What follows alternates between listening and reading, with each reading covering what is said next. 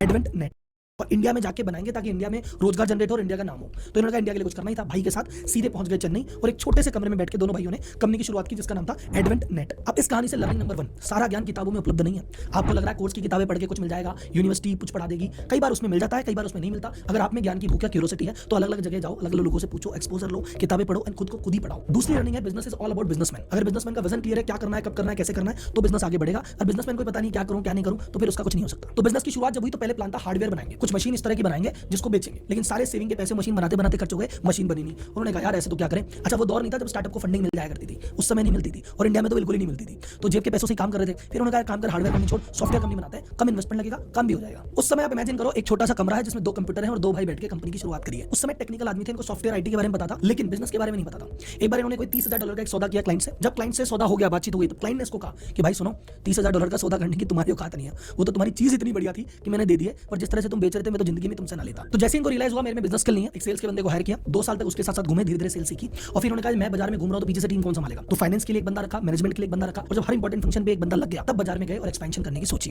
और यहीं से आता है बिजनेस लेसन नंबर 3। हो सकता है आप अपनी विधा के सुपर मास्टर हो, आप बहुत अच्छा शेफ हो, आपसे अच्छी डिश कोई नहीं बनाता, इसका मतलब नहीं कि आप होटल खड़ा कर लोगे। आप बहुत अच्छे डॉक्टर हो, क्या दवाई देते हो, क्या सर्जरी करते हो, इसका मतलब नहीं कि आप हॉस्पिटल चला लोगे, क्योंकि इनको चलाने के लिए बिजनेस स्किल की जरूरत होती है, हायरिंग की, मार्केटिंग की, सेल्स की, फाइनेंस की, वो आपको सीखना ही पड़ेगा। नहीं तो ऐसे आदमी रखने पड़ेंगे जिनको ये चीज आती हो। इनकी कंपनी को सबसे बड़ा ब्रेक थ्रू कब जापानीज कस्टमर की लाइन लग गई।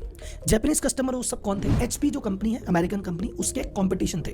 तो एचपी एक बहुत बढ़िया सॉफ्टवेयर प्रोवाइड करा रहा था और बढ़िया सॉफ्टवेयर पे रन कर रहा था, लेकिन सॉफ्टवेयर हद से ज्यादा महंगा था और आम आदमी के बस की वो थी नहीं। तो जापानीज कस्टमर ने कहा ये वाला सॉफ्टवेयर जो बड़ी कंपनी महंगे रुपए में लॉन्च कर रही है, क्या यही वाली सुविधा आप हमको छोटे में दे सकते हो? तो श्रीधर ने कहा डन, सॉफ्टवेयर तो सॉफ्टवेयर है, तुम्हारे हिसाब से बन जाएगा। और उनको पहला ब्रेक थ्रू वहां मिला और वहां से एक चीज समझ में आई कि मेरा कंपटीशन क्या है एग्जैक्टली।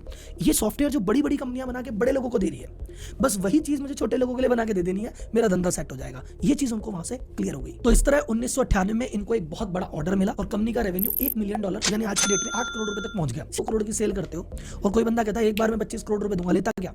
तो 5 जनों की टीम थी, 5 जनों में बैठे डिस्कस किया, बोले बेचनी है क्या? 5 ने कहा काय को बेचनी है। इन्होंने ऑफर डिक्लाइन कर दिया और उसके बाद से कभी इन्वेस्टर में रुचि नहीं दिखाई। खुद का पैसा कमाते थे, प्रॉफिट आता था, प्रॉफिट को लगाते थे, फिर बड़ा बनाते थे, फिर प्रॉफिट लगाते थे। यही स्ट्रेटजी आज तक फॉलो कर रहे हैं। सन 2000 आते आते इनके पास 115 लोगों की टीम हो चुकी थी, 10 मिलियन से ऊपर का टर्नओवर पहुंच चुका था। लेसन नंबर 4, बिजनेस में जरूरी नहीं है कि शुरुआत में हाय तोबा मचाओ, बहुत सारा लोन ले लो, बहुत सारी चीजें ले लो, धीरे धीरे रे मना धीरे सब कुछ होए।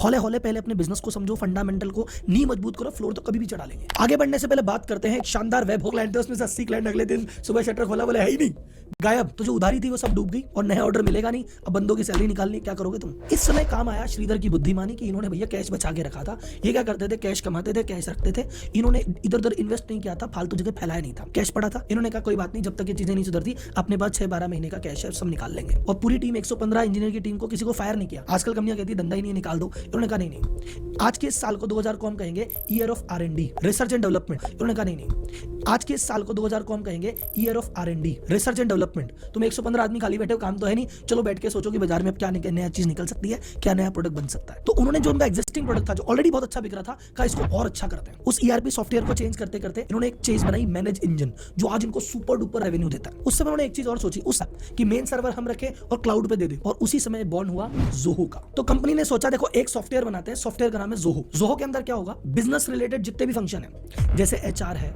मैनेजमेंट है, हायरिंग है, आपका फाइनेंस है, इससे रिलेटेड एप्लीकेशन होगी, इससे रिलेटेड ऐप होंगे, सर्वर हमारे पास ही रहेगा, जो भी बंदा है वो उसको ऑनलाइन डाउनलोड करके आराम से काम में ले सकता है।